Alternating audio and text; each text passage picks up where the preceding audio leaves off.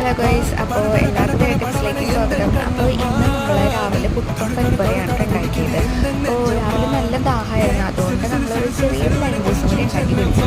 പിന്നെ നമ്മൾ ഉച്ചയ്ക്ക് ഇങ്ങനെ മത്തിയായിരുന്നു കിട്ടിയത്. അപ്പോൾ മത്തി നമ്മൾ റെഡിയാക്കി എടുത്തു. അപ്പോൾ ഇങ്ങനെ മസാലയൊക്കെ പുരട്ടി ഇങ്ങനെ ഫ്രൈ ചെയ്ത് വെച്ചു. സാധാരണ നമ്മൾ മുളകിട്ട് ഇങ്ങനെ അരച്ച് കറി വയ്ക്കുക ചെയ്യുന്നത് പുളിയൊക്കെയുണ്ട്.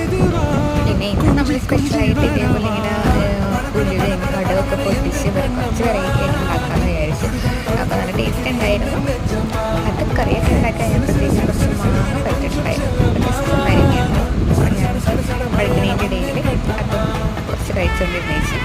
പിന്നെ നമ്മൾ ഉച്ചക്കത്തെ ലഞ്ച് എടുക്കാൻ മറന്നു പോയിട്ട് കഴിക്കുന്നത്. പിന്നെ ഈവനിങ്ങിലായപ്പോൾ ഇസോറയ്ക്ക് യൂട്യൂബ് ചാനൽ കണ്ടിട്ട് മറ്റേ ലേസ് വെച്ചിട്ട് കുറേ റെസിപ്പി ഉണ്ടല്ലോ, അപ്പോൾ അതൊന്ന് ട്രൈ ചെയ്യാമെന്ന് വിചാരിച്ചു.